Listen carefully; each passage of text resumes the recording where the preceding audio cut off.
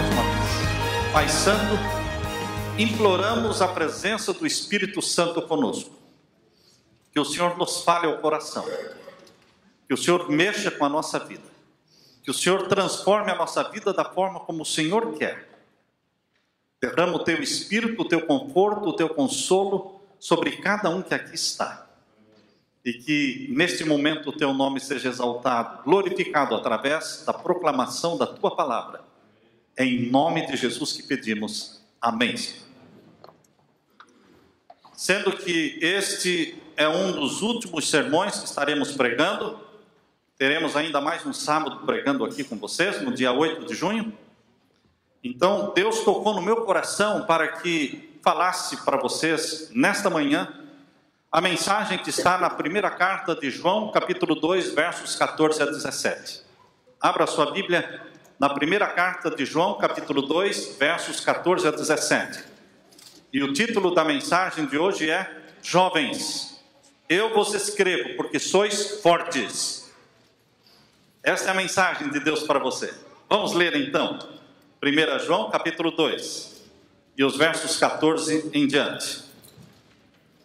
Eu vos escrevi, pais, porque já conhecestes aquele que é desde o princípio. Eu vos escrevi, jovens, porque sois fortes, e a palavra de Deus está em vós, e já vencestes o maligno. Essa é a palavra de Deus para você nesta manhã, meu querido amigo, meu querido irmão. É muito apropriado para os nossos dias a mensagem escrita pelo profeta João. Há coisas que pertencem ao mundo, e aqui diz o verso 15: não ameis o mundo, nem o que no mundo há.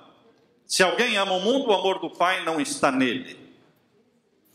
Existem coisas no mundo que são boas, necessárias, que nos ajudam, que nos sustentam, que não possuem nada de mal em si mesmo.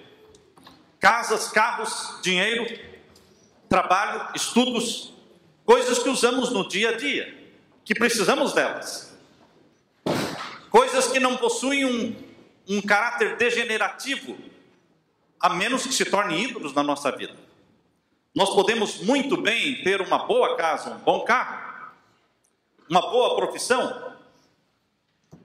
Nós podemos muito bem aspirar um doutorado, um bom salário, um bom emprego, e ao mesmo tempo podemos ser fiéis a Deus, porque estas coisas são necessidades primárias que não são boas e nem más em si mesmas, mas que podem ser usadas para um fim proveitoso.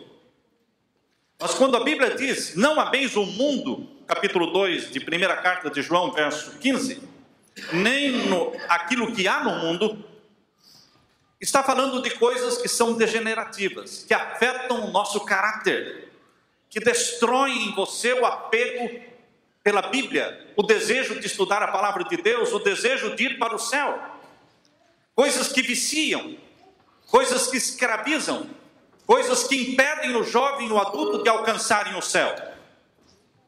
Quando a palavra de Deus diz: não ameis o mundo nem as coisas que existem no mundo, ela está se referindo especificamente a estas coisas que são definidas como concupiscências. Mas como a palavra concupiscência é pouco usada, e até mesmo eu tive que ir ao dicionário para saber qual é a tradução, qual é o sinônimo, qual é a palavra mais fácil para se entender concupiscência. Eu fui ao dicionário e encontrei lá que concupiscência significa desejo de satisfações sexuais. Desejo de satisfações sexuais. Quando o profeta João diz aqui: não ameis o mundo, nem o que no mundo há. Se alguém ama o mundo, o amor do Pai não está nele. Porque tudo o que há no mundo, a concupiscência da carne, a concupiscência dos olhos e a soberba do mundo, a soberba da vida, não é do Pai, mas do mundo. Então, queridos, o que Deus realmente está dizendo com a concupiscência da carne? Essa mensagem é uma mensagem de Deus para aqueles que querem o céu. Essa é uma mensagem de Deus para aqueles que querem um dia receber a vida eterna em Jesus Cristo. Existem coisas no mundo que nos ajudam a ir para o céu, nos empurram para o céu. Existem outras coisas que promovem o reino das trevas, que destroem no jovem, no homem e na mulher a imagem divina. Tira o desejo do céu. A primeira coisa que João fala aqui é a concupiscência da carne. O que é a concupiscência da carne? Aspiração por satisfações sexuais. O sexo é um assunto, poderíamos dizer, o mais explorado no mundo e na sociedade, por escolas, por governos, enfim. Todos estão investindo pesado no sexo. Estão tentando ensinar sexualidade para os nossos filhos, dizendo que cada um escolhe o sexo que quer ter. Cada um escolhe o sexo que quer ter. A palavra de Deus diz que nós nascemos com o sexo.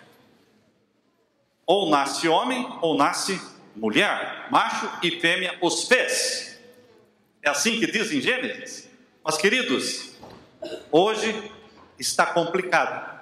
A concupiscência da carne, mencionada pelo profeta João, é muito bem definido pelo apóstolo Paulo. Interessante que João falou da concupiscência da carne e Paulo definiu o que é a concupiscência da carne, os desejos carnais.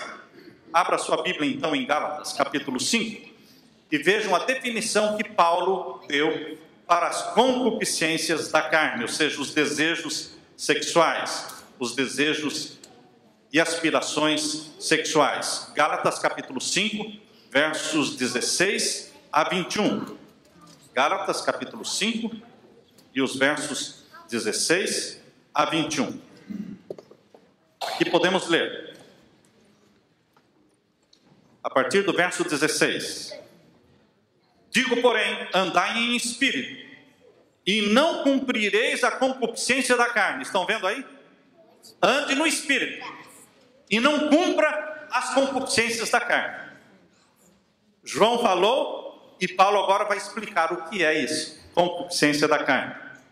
Verso 17. Porque a carne cobiça contra o espírito.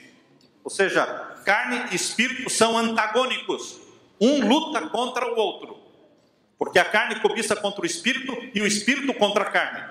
E estes opõem-se um ao outro, para que não façais o que quereis.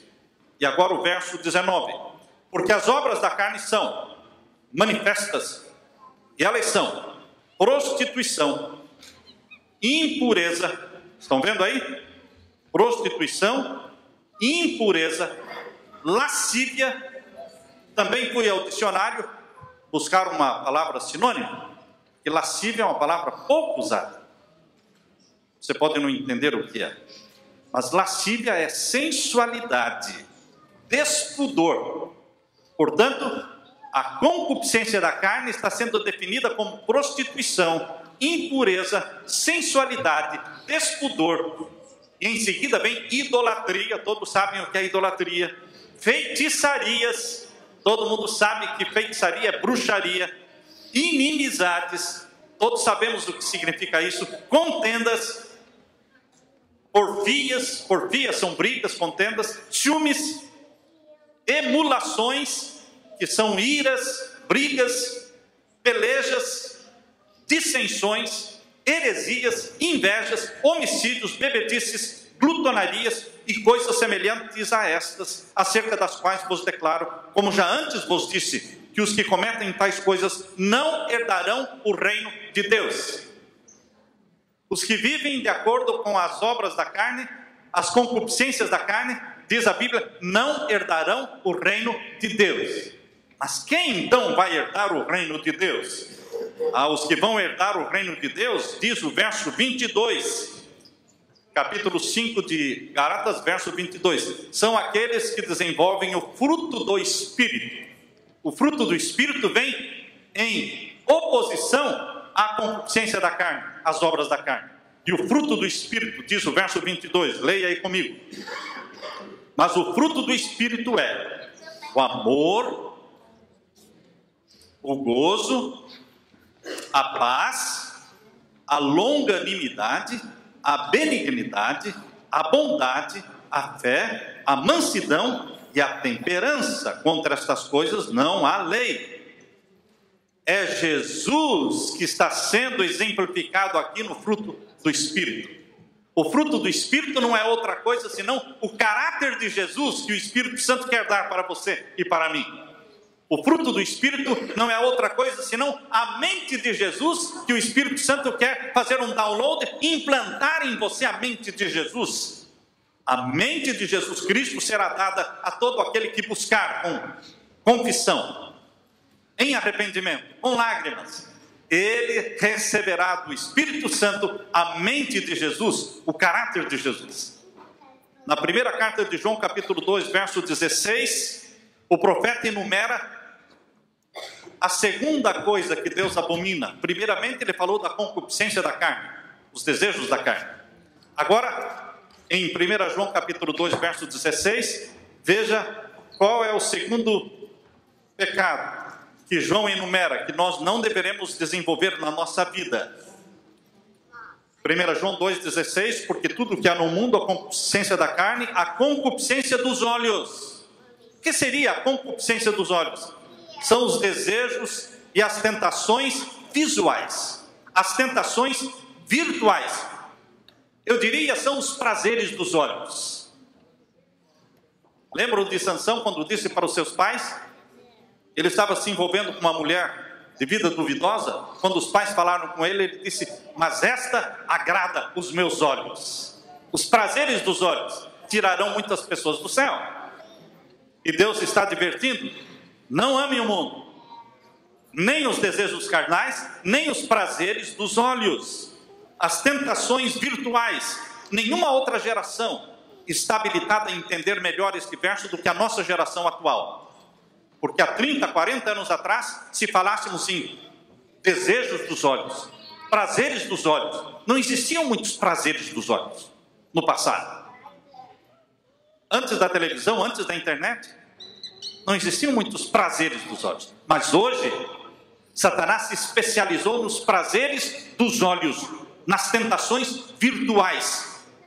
Satanás está especialista nisto. Existe atualmente dentro dos lares e dentro dos quartos TV a cabo, computadores ligados à internet, dando acesso fácil ao sexo virtual, à pornografia, às salas de bate-papos que entram madrugada adentro.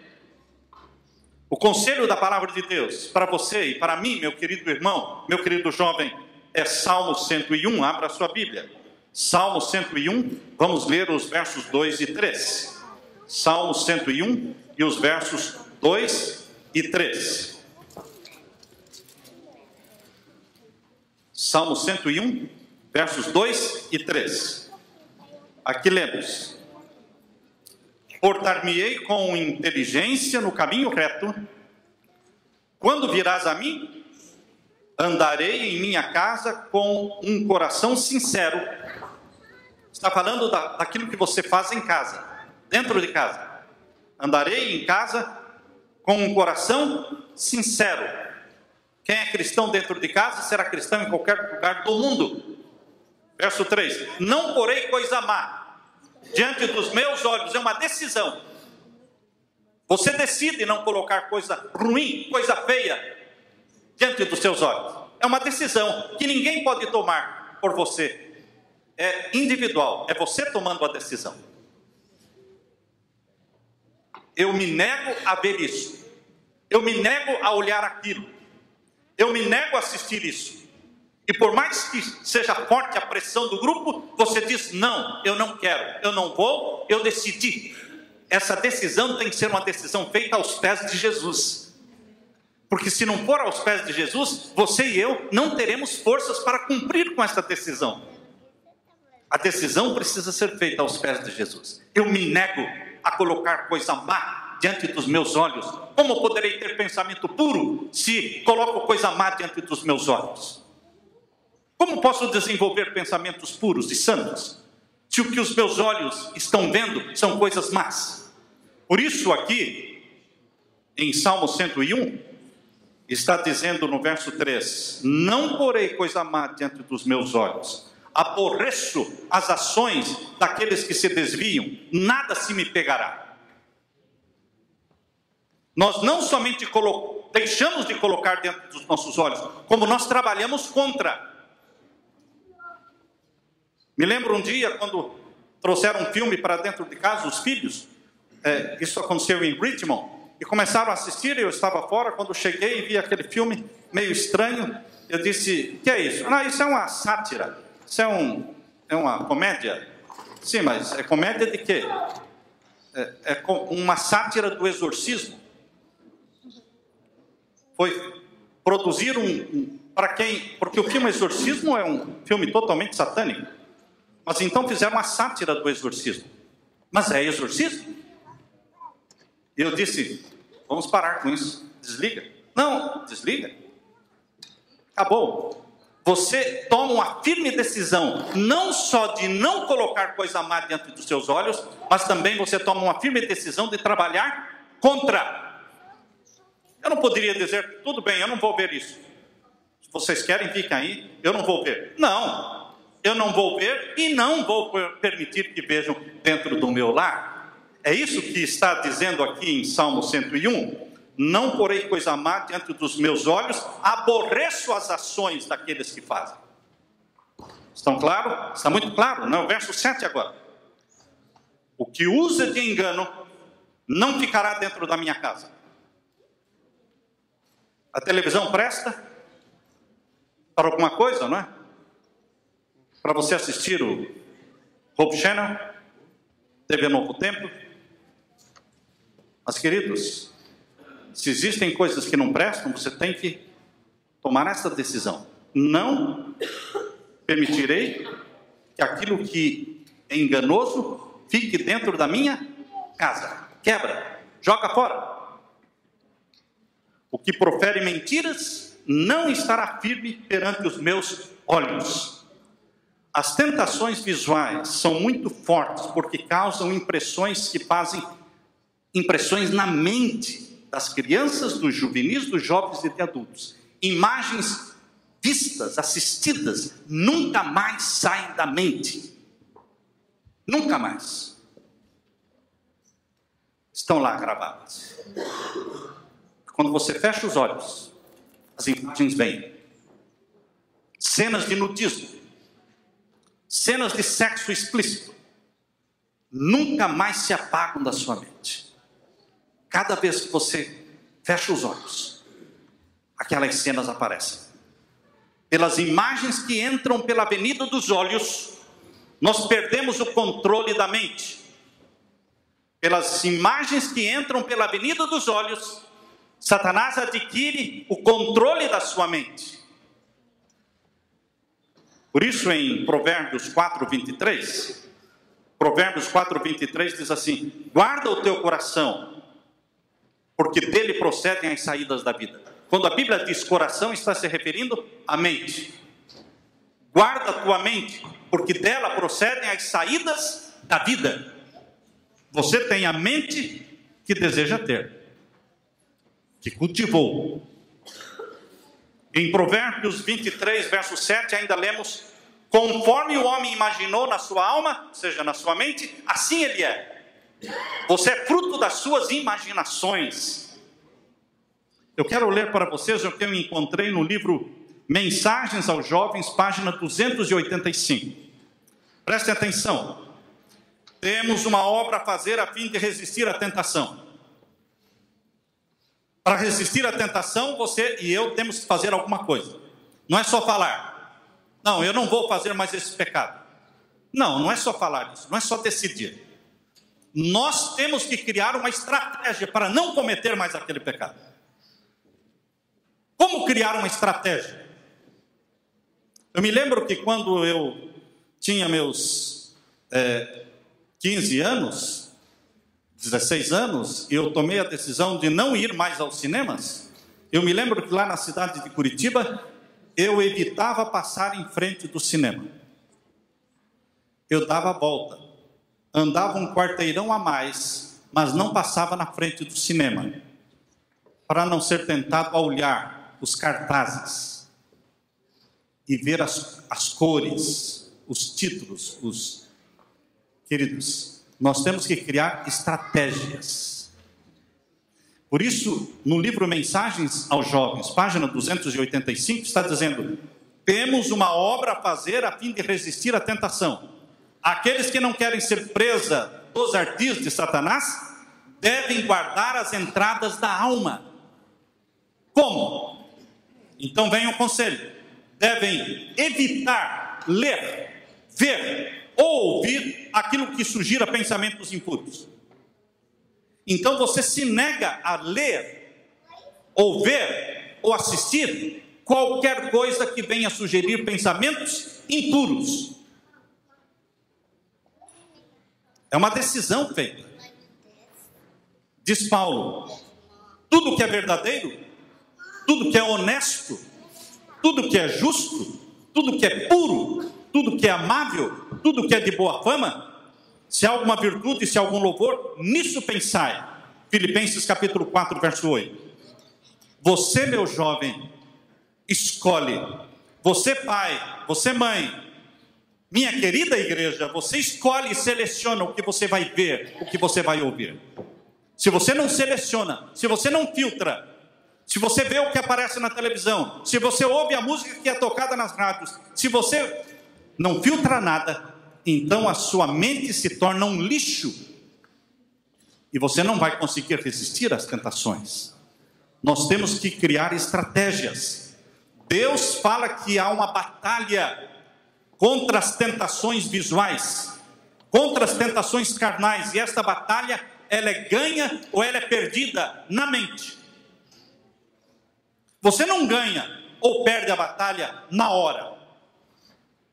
É na mente que você decide a vitória ou a derrota. Antecipadamente, você já cria estratégias. Abra sua Bíblia em Romanos capítulo 12. Romanos capítulo 12, versos 1 a 2, fala que nós devemos trabalhar na nossa mente. Você vai desenvolver a mente que deseja ter. Você é responsável pela mente que você tem. Mente pura, mente limpa, mente suja. Você é responsável pela mente que você tem. Você não pode culpar nem o diabo por isso. Por que você não pode culpar o diabo? Porque o diabo não força ninguém a pecar. O diabo não tem esse poder de forçar uma pessoa a pecar. Ele só joga a isca. Ele só tenta. Mas quem decide pecar é você. O pecado é um ato voluntário da alma. Você decide. O pecado é um ato voluntário. Mas você pode dizer: não, eu não quero pecar. E eu não vou pecar. Eu estou saindo daqui. Eu estou deixando de olhar essas coisas. Por isso, é um pacto que você faz com a sua mente. Romanos capítulo 12, verso 1 e 2. Rogo-vos, pois, irmãos, pela compaixão de Deus, que apresenteis os vossos corpos em sacrifício vivo. É cuidar da mente, mas envolve o corpo todo.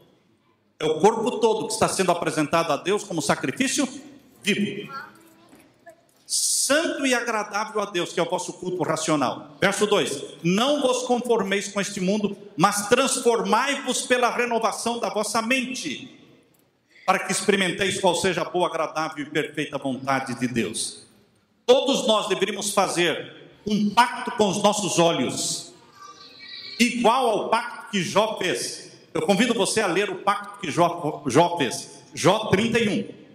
Jó 31, verso 1. Veja o pacto que este homem de Deus fez com seus olhos. Jó 31, 1. Quando acharem, vamos ler. Jó 31, 1. Podemos ler? Fiz concerto com os meus olhos.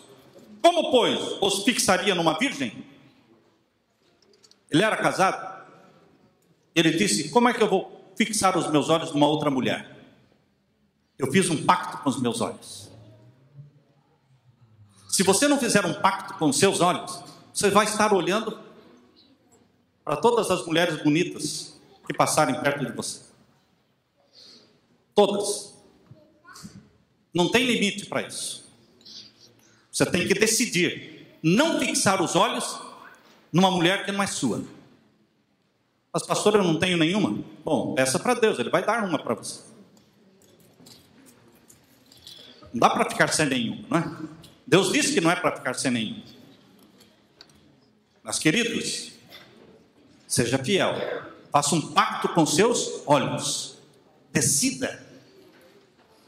Deus não pode decidir por você. Esse pacto que Jó fez com seus olhos proíbe a segunda olhadela. Proíbe a segunda olhada.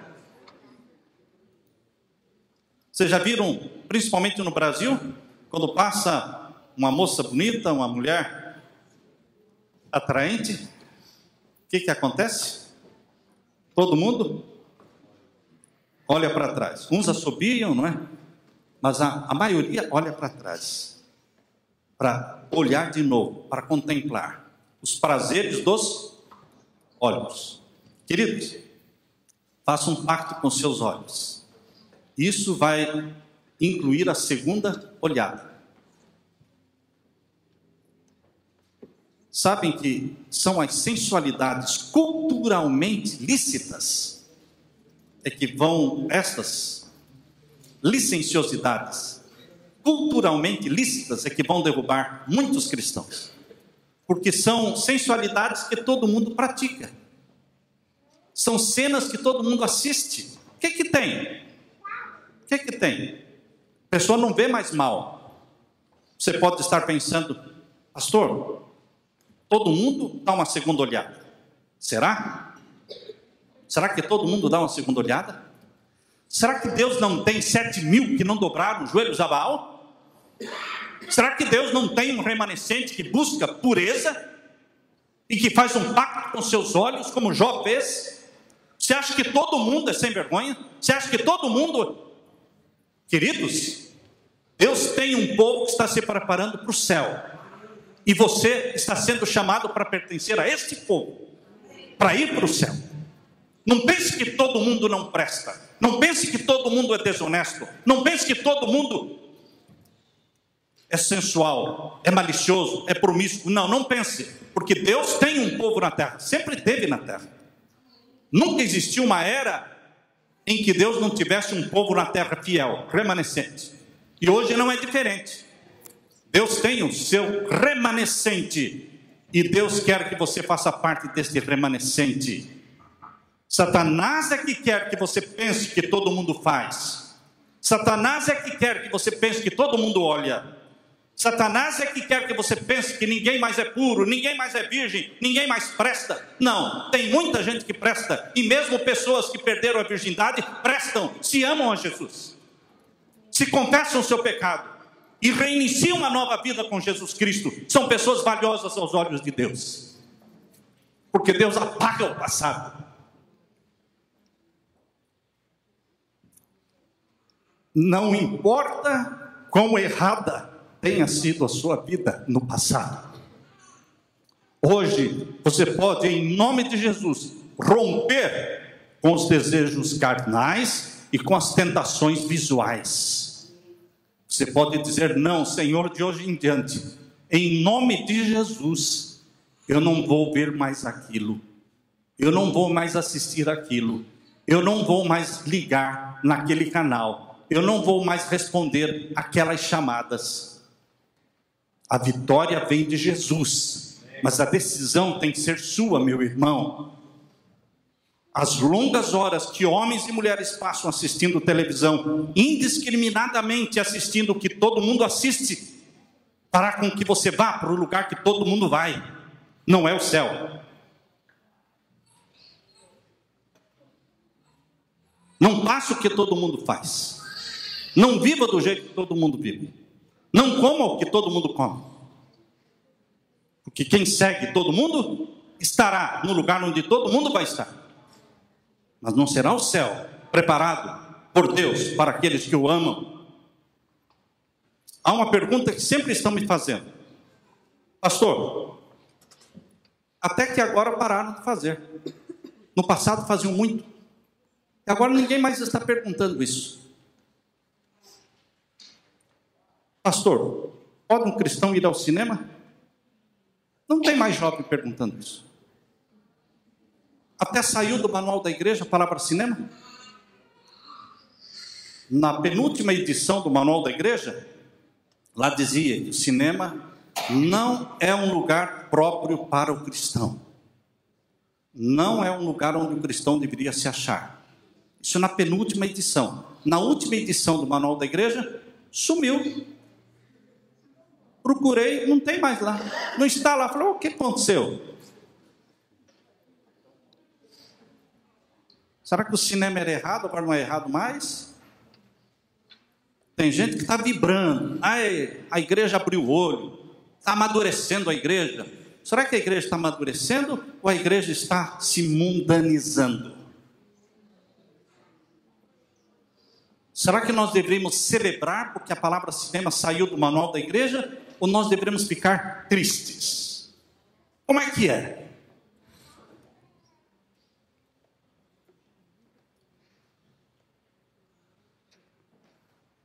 Nas décadas de 30 e 40, os líderes da igreja combatiam os cinemas como lugares impróprios.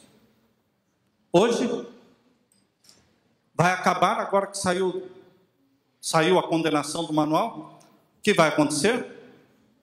Até os pastores daqui a pouco vão dizer, galera, hoje à noite, sábado à noite, vamos para onde? Para o cinema.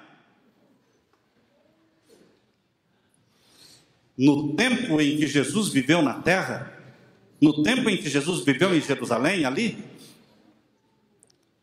vocês pensam que Jesus e os seus discípulos frequentavam o teatro? Existia um teatro. E eu gosto que em inglês eles usam para cinema a palavra theater. Eu gosto por quê? Porque muitos fazem uma diferença muito grande entre cinema e teatro. Em inglês não. No tempo de Jesus, existia um teatro em Jerusalém. E vocês acham que ele e os seus discípulos iam lá distrair-se um pouco? Era um teatro promovido por Herodes. Esse teatro em Jerusalém foi denunciado pelo historiador Joséfos como um corrompedor de moral. Você pode imaginar Jesus e os discípulos frequentando? Queridos, é bom ou é mal que o cinema deixou de ser um requisito ali no manual? Você está feliz com isso? Qual será o resultado? Isso vai ajudar as pessoas a irem para o céu? Eu não estou aqui criticando ninguém. Mas você precisa parar e pensar. Será que os produtores de filmes em Hollywood se converteram? Será que a indústria do cinema agora vai trabalhar para Jesus? Quando eu tinha 15 anos, eu vi O Meu Anjo 2 vezes. Eu tenho pedido para Deus para ver mais vezes. Mas é na hora que Ele quer. Não é na hora que a gente quer. Mas quando eu tinha 15 anos, eu vi O Meu Anjo 2 vezes. A primeira vez que eu vi, eu estava fugindo da igreja, numa quarta-feira à noite, correndo da igreja para o cinema. Quando me encontrei com o meu anjo, e voltei correndo para a igreja e assisti o culto. A outra vez que eu o vi, foi uma noite que eu estava saindo do cinema. E o meu anjo olhou para mim, baixou a cabeça e saiu, triste. Então, meus queridos irmãos, alguém pode perguntar, Pastor Samuel tem uma convicção tão forte de que o cinema é pecado? Eu tenho. Deus me deu.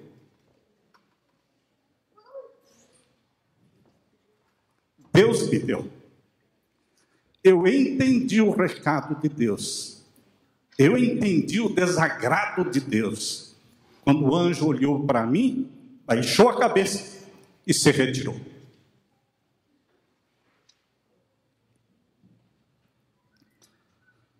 Ellen White escreveu no ano de 1881. O cinema ou os filmes movimentados surgiram em 1895. Dois irmãos franceses, Lumière, inventaram um aparelho capaz de reproduzir numa tela o movimento por meio de uma sequência de fotografias, em 1895. Em 1881, Ellen White escreveu o seguinte: entre os mais perigosos lugares de diversões, acha-se o teatro. Em vez de ser uma escola de moralidade e virtude, como muitas vezes se pretende, é um verdadeiro foco de imoralidade.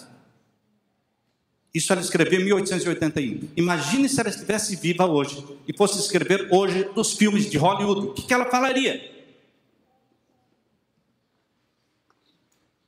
Há razões para tirar o nome, a palavra cinema do manual? Ou deveria permanecer a palavra cinema? Hábitos viciosos, diz ela, e propensões pecaminosas são fortalecidos e confirmados por esses entretenimentos. Canções baixas, gestos, expressões e atitudes licenciosos depravam a imaginação e rebaixam a moralidade. Todo jovem que costuma assistir a essas exibições se corromperá em seus princípios. Estão percebendo? Ela não diz assim, pode se corromper, ou talvez se corrompa. Não, ela diz, todos os jovens que costumam assistir a essas exibições se corromperá em seus princípios. Não há em nosso país influência mais poderosa para envenenar a imaginação, destruir as impressões religiosas e tirar o gosto pelos prazeres tranquilos e as realidades sóbrias da vida que as diversões teatrais. O único caminho seguro é abster-nos de ir ao teatro, ao circo e a qualquer outro lugar de diversão duvidosa. Mensagens aos Jovens, página 380. Isso é palavra de Deus, irmãos. Isso é conselho seguro, porque não é meu, é de Deus. O nosso erro nas últimas décadas foi o de condenar somente o cinema como lugar impróprio. E nós, como líderes da igreja, esquecemos de não condenar só o cinema como lugar impróprio. Esquecemos de condenar os filmes com conteúdo impróprio. Então, quando foi inventada a televisão, o argumento que nós líderes usávamos caiu por terra. Porque agora ninguém mais precisava ir ao cinema. Trouxemos o cinema para dentro de casa, e agora? Nós tínhamos combatido por décadas somente contra o lugar, e não contra o conteúdo dos filmes.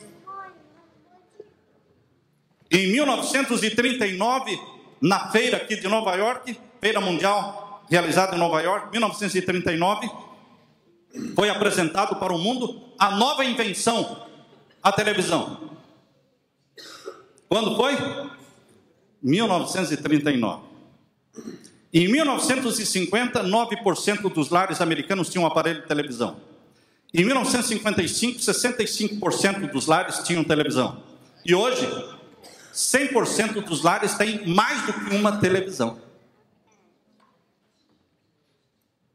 A partir da década de 1950, alguns lares adventistas começaram a comprar televisão, dizendo que era melhor ter em casa uma televisão do que ir ao cinema, porque em casa eles teriam melhor controle.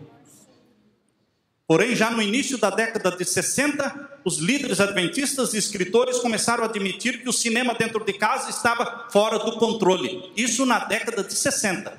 E hoje? Será que os lares adventistas estão com controle da televisão? Vocês serão convidados a frequentar lugares de divertimentos. Se vocês devem ser verdadeiros a Cristo, não tentem arranjar desculpas para deixar de aceitar os convites.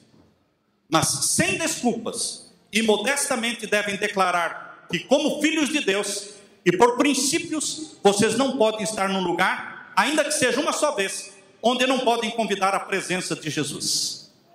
Mensagens aos jovens, não. Isso está escrito na meditação matinal de Ellen White, Minha Consagração Hoje, página 215. O Senhor deseja que o seu povo manifeste pela vida que vive a vantagem que o cristianismo tem sobre o mundanismo. Cristianismo tem que ter vantagem sobre o mundanismo. Não podemos nos misturar e perder a identidade cristã. Tem que haver uma separação do mundo. Pela contemplação nós vamos ser transformados, para o bem ou para o mal. Pela contemplação somos transformados. Em Mateus capítulo 6, abra sua Bíblia em Mateus capítulo 6 e verso 22 e 23. Mateus capítulo 6, verso 22 e 23. Mateus capítulo 6 e o verso 22 e 23. Vejam o que Jesus falou. Estamos falando da contemplação, das tentações visuais. Diz aqui no verso 22 de Mateus capítulo 6, a candeia do corpo são os olhos. O que ilumina o corpo? Os olhos.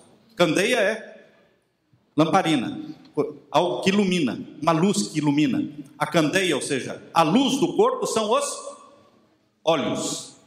De sorte que se os teus olhos forem bons, todo o teu corpo terá luz. Se porém os teus olhos forem maus, o teu corpo será tenebroso.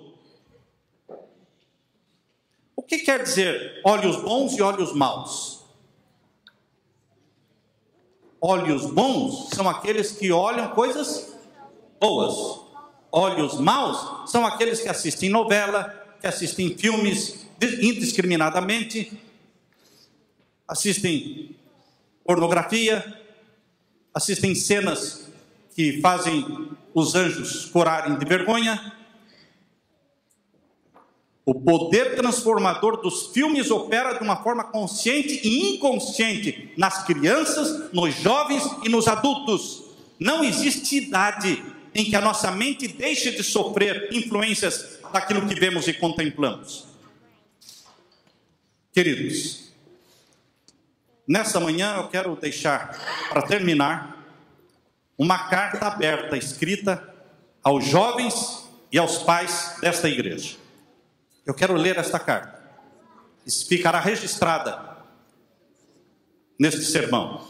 Carta aberta a jovens e pais. Eu vos escrevo, jovens, porque sois fortes. Porque vocês são o símbolo da esperança e da vitória. Não estaríamos perdendo tempo ou gastando tempo com esse sermão se nós não acreditássemos na juventude, nos jovens e na salvação das nossas famílias. É porque realmente eu acredito que eu estou pregando isso.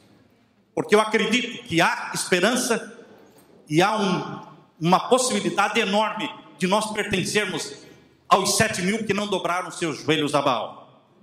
Eu escrevo para você, jovem, porque vejo em sua fronte o orvalho puro da manhã da vida que o fogo das paixões humanas ainda não secou. Escrevo para você porque vejo a sua vida como um mapa cheio de caminhos, ansiosos por chegarem ao ponto certo. Eu vejo a pressa dos seus passos que vão no ritmo da marcha que bate no peito. Escrevo para você que se rebela em aceitar a vida já prontinha, oferecida numa bandeja, embrulhada em papel de seda com fitas coloridas. Eu escrevo para você, jovem, que recusa instalar a sua vida num mundo velho, decrépito, por desejar construir o seu futuro como quem faz a casa nova dos seus sonhos, sonhos do seu noivado. Escrevo para você que traz a mão aberta, estendida para a oferta e para o amor, e não a mão fechada num gesto de recusa ou como véspera de um golpe. A mão fechada é uma pedra, a mão aberta é uma flor. Escrevo para você, jovem, apaixonado pela verdade. Você, jovem, inimigo das máscaras, inimigo do verniz das aparências, que podem enganar o olhar dos outros, mas nunca o próprio olhar que vem do fundo de um espelho. há muitos jovens vazios? Sim. Sabem por quê? Porque existem poucos adultos transbordando. Escrevo para você, jovem, que gosta de cantar. Não o canto impessoal de algum CD comprado por aí, mas a sua própria canção, composta nota por nota, nas teclas brancas e pretas, alegrias e dores, desse piano encantado que é a sua vida. Escrevo para você que deseja subir alto por ter horror aos brejos, subir alto por ter horror aos pantanais, subir alto por ter horror ao riacho amargo, horror às águas mortas e salobras águas paradas. Escrevo para você que tem frescores de água virgem, que não se envergonha de ser puro, que ainda não conheceu a lama das enchentes da imoralidade. Escrevo para você que vive armando o pulo sobre os abismos da mediocridade para cair em pé, triunfante do outro lado, sobre as margens floridas do ideal. Ama o teu corpo, querido jovem, querido irmão. Ama o teu corpo como um companheiro de viagem. Teu corpo é manancial de vida, porque com ele participas do poder de criar, que só Deus tem. A primeira e maior escravidão começa dentro de ti mesmo, quando te tornas escravo do teu corpo. O teu corpo foi feito para o amor, e não para o prazer irresponsável dos instintos sem freios. E isso não é só de jovem. Não, há muitos velhos que envelhecem sem freio, e sem freio morrerão, pois um pecado velho é um pecado cristalizado. Não des ouvidos aos que dizem que é preciso viver a vida. Cuidado com o pensamento, tenho que viver a vida. Fuja, pois com horror de tudo aquilo que seja vil, baixo, vulgar, tanto em tuas palavras como em atos. Muitos falam, os meus pais não me entendem, os meus pais são quadrados. São frases que se costumam por aí todos os dias serem ouvidas. Sabe, não existem no mundo pais perfeitos, e muito menos filhos perfeitos, pois os filhos são vida em começo, ainda inacabadas. É assim que fala a menina moça que arranjou namorado antes do tempo. Assim fala também a outra de 16 anos que ainda não quer namorar em casa. Assim diz o adolescente que já bebe, que fuma, por pensar que isso é próprio de homem. É assim que fala o jovem ou a jovem que completa 18 anos e acha que é natural ficar com o namorado. Não se pode cedo assim ser dono da vida. De uma vida que nem posso chamar minha, porque não ainda conquistei-a, nem com dinheiro e nem com o meu trabalho. A liberdade é um presente que a gente ganha aos pouquinhos, como prêmio das lutas, do trabalho, dos esforços. A liberdade é um alimento forte, o qual, se a gente comer todo de uma vez só, sofrerá uma indigestão maior que a vida. Nas estradas da vida, não podemos dar os passos maiores do que as pernas. O trem só chega na estação final, parando e cumprindo horário nas estações intermediárias. Mas existem jovens que querem queimar todas as etapas, todas as estações intermediárias, riscar no mapa todas as paradas e sair todo doidão por este mundo, certo de conhecer todas as rotas, certo de que todos estão errados e só ele está certo. Ninguém proíbe ou impõe limites pelo prazer de proibir ou de contrariar. Nem Deus, nem a igreja. No fundo de cada não, existe um sim para a sua felicidade. A água do rio, que sai do seu curso e se esparrama enquanto avança, é sempre uma água suja e perigosa. O jovem não deve se esparramar por aí, espumejando-se em doidas liberdades de águas sem freios, sujas de lama. Vá devagar, querido jovem. Aceite as margens que limitam o seu percurso. Amadureça dentro destas margens, cresça dentro destas margens, Dentro delas, que são as paredes do seu lar, as doutrinas da igreja, os mandamentos de Deus. Essas são as margens que dirigem o percurso da sua vida. É dentro dessas margens que você adquire forças para dar aqueles saltos decisivos no heroísmo e no dever, o salto da vitória. Não queira chegar à vida antes do tempo, porque acaba chegando sem preparo, imaturo. Lembre-se que todo fruto colhido antes do tempo, ele é duro, ele é azedo. Fique, portanto, quietinha no seu galho, amadurecendo devagar ao sol de Deus, regado dia a dia pelo carinho dos seus pais. E um dia, quando alguém chegar para colher você no amor, você será doçura para ele, doçura para ela. Você será doçura para a igreja, será doçura para seus pais e doçura para Deus. Eu vos escrevo, jovens, porque sois fortes e já vencestes o maligno, em nome de Jesus. Amém? Amém. Que a graça e a paz de Jesus esteja com você hoje e sempre. Louvado seja o Senhor.